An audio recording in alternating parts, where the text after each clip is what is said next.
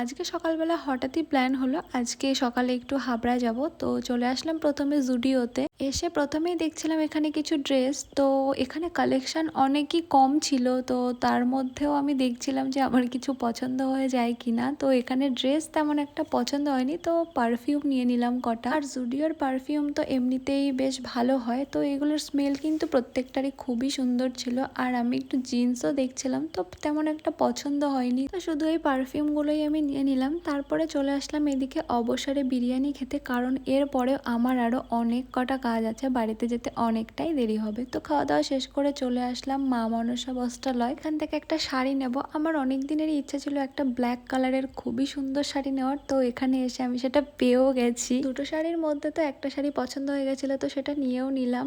আর এরপরে হচ্ছে যাব মুভি দেখতে, তো মুভির টাইম এখনো হয়নি, তো ভাবলাম যে এতটা টাইম কি করব, যাই একটু বিশালে। তারপর এখানে এসেও কিছু ড্রেস দেখতে শুরু করলাম, তো এখানেও তেমন একটা নতুন কালেকশন কিছু নেই, তাই আর আমার কিছু পছন্দও হয়নি, তাও ঘুরে ঘুরে দেখছিলাম। তারপর আমি বুঝলাম যে আজকে হয়তো কোনো ড্রেসই আমার পছন্দ হবে না, তো চলে আসলাম ওপরে যে এখান থেকে যদি কিছু পছন্দ হয় তাহলে সেটা নিয়ে নেব। তো এখানে এসে আমার এই জলের বোতলটা খুব ভালো লেগেছিল, তারপর শুধু এখান থেকে জলের বোতলটাই নিয়ে নিলাম। আর মুভি শুরু হতে ওই 10 মিনিট মতো বাকি ছিল, তারপরে চলে আসলাম SBF এ। আর এই ধুরন্ধর মুভিটা তো দেখার আমার খুবই ইচ্ছা ছিল, তো এই মুভিটা কিন্তু খুবই সুন্দর, আমার তো ভীষণই ভালো লেগেছে। তো আমার এই ভিডিওটা এই পর্যন্তই।